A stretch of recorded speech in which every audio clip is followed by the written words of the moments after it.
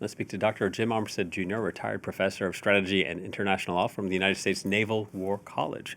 Thank you for coming in here. My pleasure to be with you. When we talk about Andriy Yermak, first of all, we can talk about his outsized influence. We can also talk about this scandal. Let's zero in on the recordings so far. What did you make of this? Well, when you mention outside influence, the description some people make about Yermak is that he almost has hypnotic powers over President Zelensky.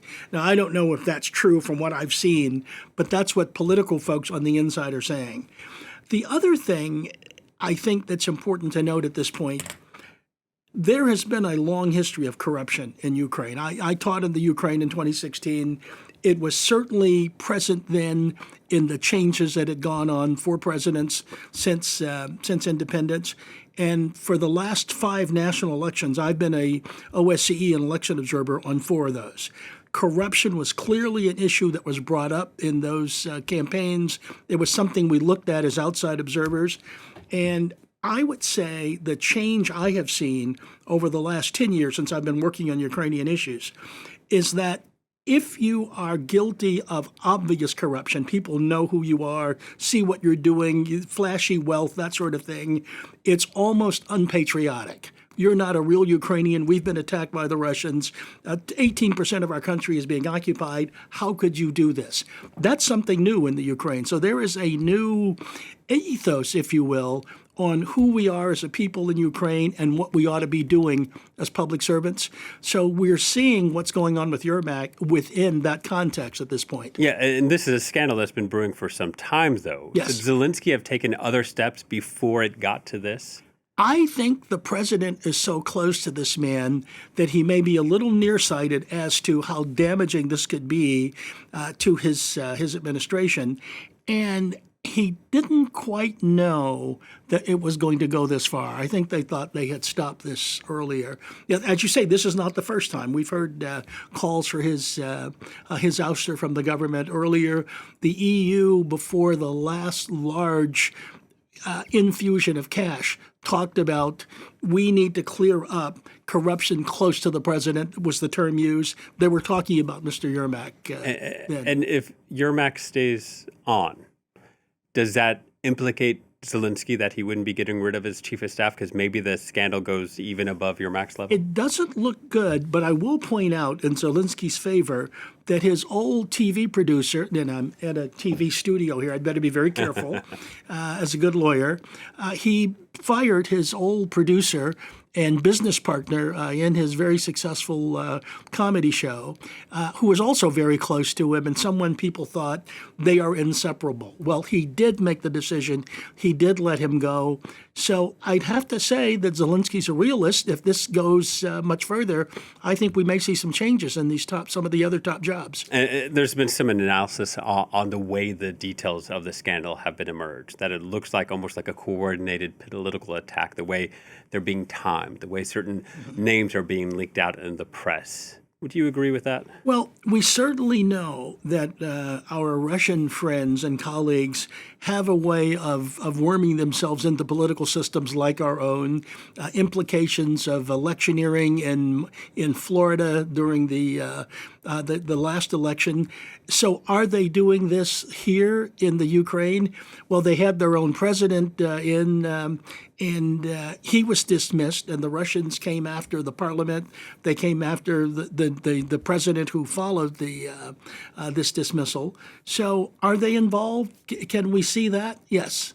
I think that's the possibility is certainly there. And regardless, we know Washington is watching this very closely. Yes.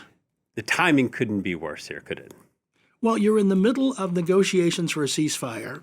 We've got the 28 talking points that President Trump announced 2 weeks ago that were being discussed this past week in Geneva. That's been whittled down to 19. They still look like Russian talking points.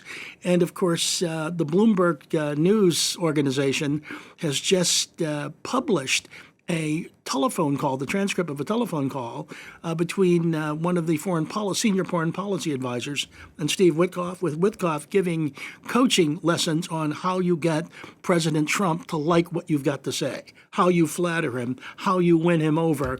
And the end of that conversation was something to the effect of, I think the president's going to give me what I want. Take it easy, flatter him, and we'll get the deal you're looking for, words to that effect. Now, how to be friendly with President Trump. Meanwhile, we all remember that dressing down that Zelensky got when he went to the White House. How do you think Trump will confront Zelensky on this issue?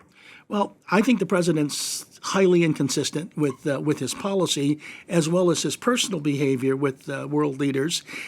He doesn't act like a statesman in many cases. So are we liable to see erratic behavior? I think that's certainly possible.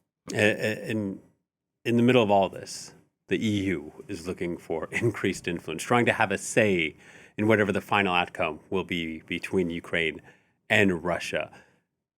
Is Donald Trump or Vladimir Putin going to leave any room for the EU to have an influence? I don't think either want to. They don't want to. But the reality is that you've got 32 nations in the EU.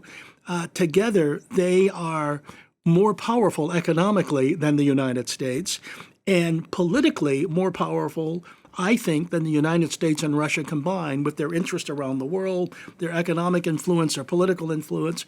And you're liable to see a standoff if somebody's got to give out of the three, the EU, the Russians, the United States.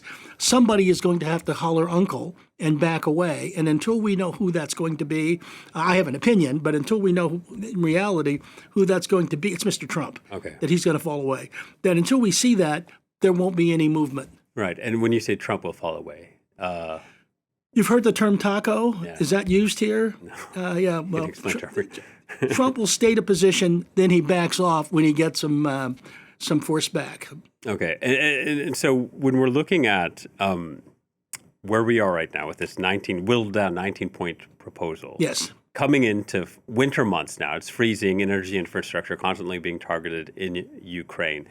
How would you advise Ukraine moving forward if they reached out to you and said, Dr. Jim, help us? May I change your question just a little bit? If you ask me if I were Putin's advisor, what would I have said and when would I have said it?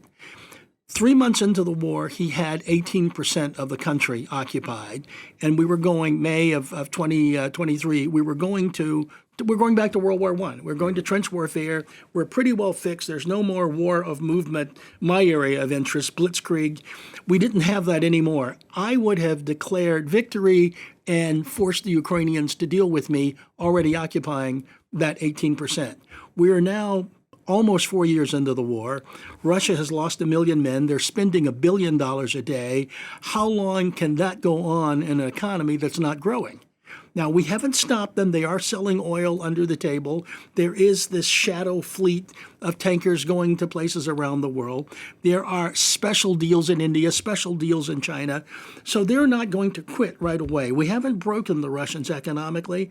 I think it will take the rest of this winter. We're probably talking sometime in the spring. And I think the Russians are desperate. That's why we're seeing those 28 points being siphoned through the United States. They're looking for a way out, and they think that if they can stop the money from the Europeans, stop the weapons from the United States, that they can win this. But they need to do it fairly quickly before this breaks their economy. But are the Russians more desperate than the Ukrainians? Well, the Ukrainians know that if the money and the weapons are cut off, they're out of business. Right. The Russians are looking at a long game. And that long game essentially is, can we keep what we have with the oil economy, go back into business? 12% of the wheat in the world comes out of Russia. About 22% of the oil comes out of Russia. Can we keep that economy so that we can revive it after we win this, is how they're looking at it.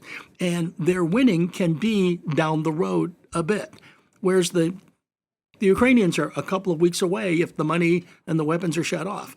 They're playing a short game against a country playing a long game. All right. Doctor, thank you so much for your time. Dr. Jim Armstead, Jr., from a retired professor from the United States Naval War College. Yes, sir. Thank you very much. Thank you.